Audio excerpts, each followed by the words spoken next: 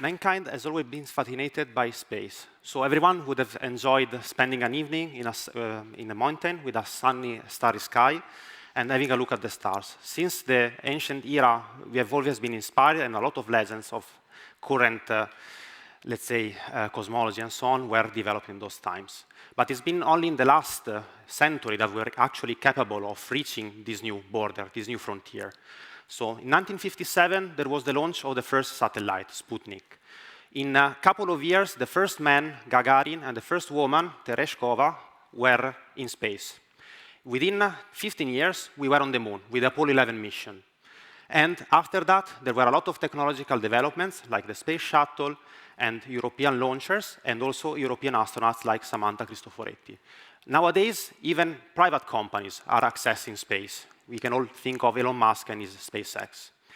But now a question comes. So how much have we actually explored in our solar system? So did we go behind the moon or away from there? Of course, not with man, but we did a bit of robotic exploration. And the first things that comes to your mind when they ask you, how many countries have you visited, is to have a look at a map. And we can actually do that also for the solar system. So this is a map of the solar system. It's a bit different from the maps we are used to. The first thing is things are moving. Asteroids, planets, comets, they're moving. Can you guess, more or less, at which speed the Earth is moving right now? We are moving at around 30 kilometers per second. So in 1 second, we are from here to Modena, more or less. So it's pretty impressive. And getting close to something at this speed, which is also very far away, is extremely complex. Nevertheless, in these 50, 60 years of space exploration, we were capable of visiting all the 8 planets, some of them only briefly. So the 3 ones, the outer ones, Neptune's, I can also count Pluto, we visited them for a very brief amount of time. So we just passed by, take a few pictures, a selfie, maybe, with the planet, and then just left.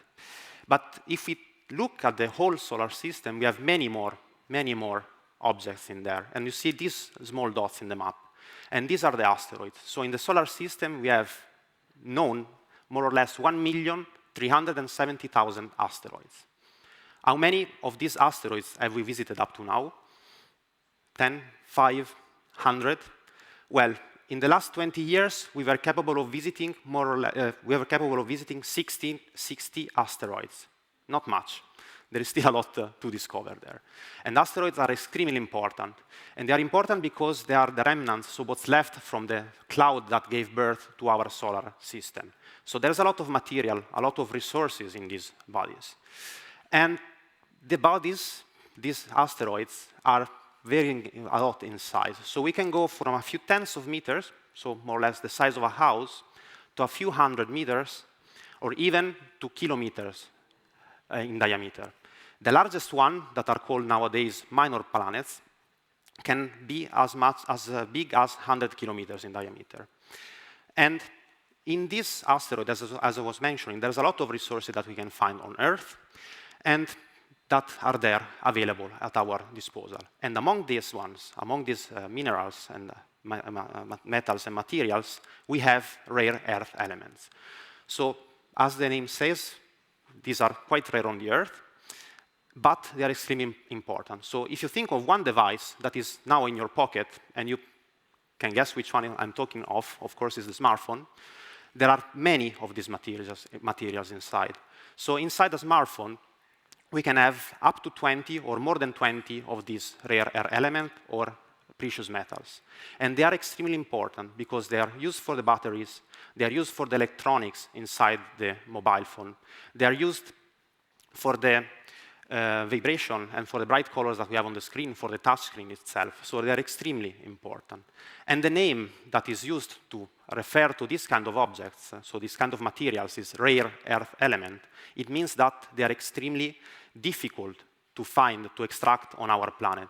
And this brings to the necessity to dig them and opening large mines in which we are extracting a lot of material, a lot of rocks, we are processing them, we are polluting, we are, of course, releasing poisonous elements and minerals and so on inside the water, so polluting also the neighboring environments. And many of these, let's say, mines and areas in which these resources are available are inside the rainforest, for instance.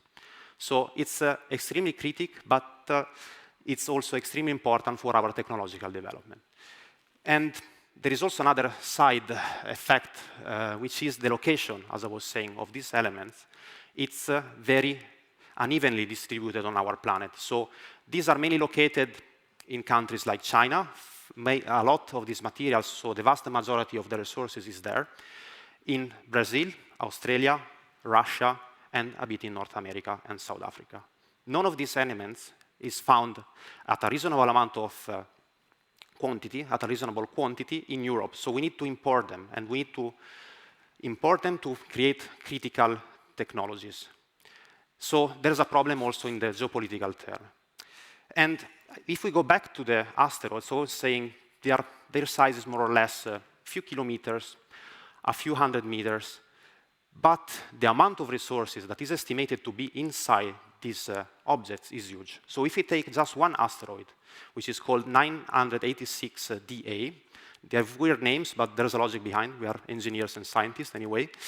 And this single asteroid contains as much platinum as the whole amount of reserves and resources available on Earth.